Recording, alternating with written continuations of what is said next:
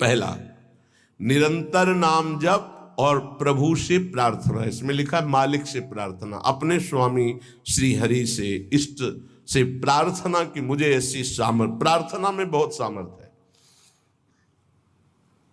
अरे बहुत सावधानी की जरूरत है। किसी के प्रति जरा सा भी दोष चिंतन, जो भजन जिनका एक तार चलता है, बड़ी बाधा खड़ी हो जाती है। श्री रूप गोस्वामी जी लीला चिंतन कर रहे हैं, उसमें दिखाई दिया कि प्रियाजू पुष्प चयन कर रहे, ये पुष्प तो लालजू गोदी में उठा लिए, प्रियाजू ऐसे पुष्प का गुच्छा ले रही, एक हाथ से डाल पकड़े हुए। लालजू ने देखा कि सुरक्षित डाल पकड़े प्रियाजू नजदीक की छोटी कुंज में, तो छोड़ दिया, तो प्रियाजू ऐसे और लालजू आनंदित हो रहे हैं। तो पूज्य श्री रूप गोस्वामी को भी हंसी आ गई कि लालजू को ऐसा विनोद सूझा। इस समय अत्यंत सुकुमार प्रियाजू डरप रही हैं। फिर लालजू ने अपनी गोद में ले लिया, फिर उनका शमन हुआ।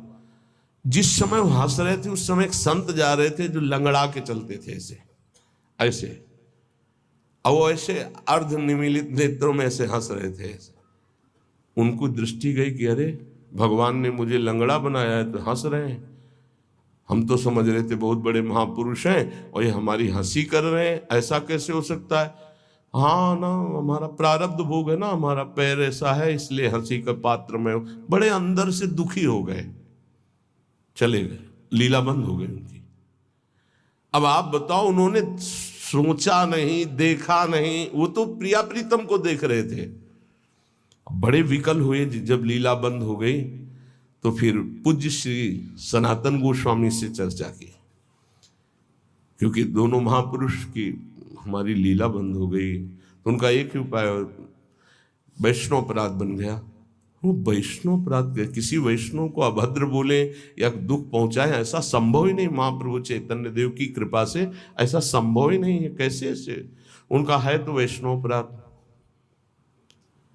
अब ये विचार हुआ कि कैसे जाना जाए कि किससे अपराध बना, कैसे जाना जाए, जब किया ही नहीं प्रकट में तो जाना कैसे जाए। तो बोले कोई वैष्णव दुखी हो गया है तो वैष्णव सेवा की जाए, आसपास के जितने संत सबको निमंत्रण दिया जाए, पता चल जाएगा, सबकी जूठन पाई जाएगी तो शायद पुनः अपराध कोई हुआ हो जाने अनजाने में तो उसका मार्जन हो जाएगा। ऐसा हुआ, आसपास के सब संतों को निमंत्रण दिया गया वैष्णव। जे ही उनके पास निमंत्रण गया तो नाराज होके बोले, पहले तो उपहास करके हंसी उड़ाते हैं, फिर निमंत्रण देते हैं, हमें नहीं जाना। तुरंत सूचना आई कि वो नाराज है। अरे तुरंत गए पूज्य श्री रूप गोस्वामी जी और कहा, प्रभु कब हमने आपका उपहास किया। तो उनका आप प्रभु प्रभु आप कर रहे हो, उस दिन हम जा रहे थे और जैसे हमारा भगवान ने पैर ऐसा कर दिया तो झटका मार के चलते हैं तो आप हंस रहे थे।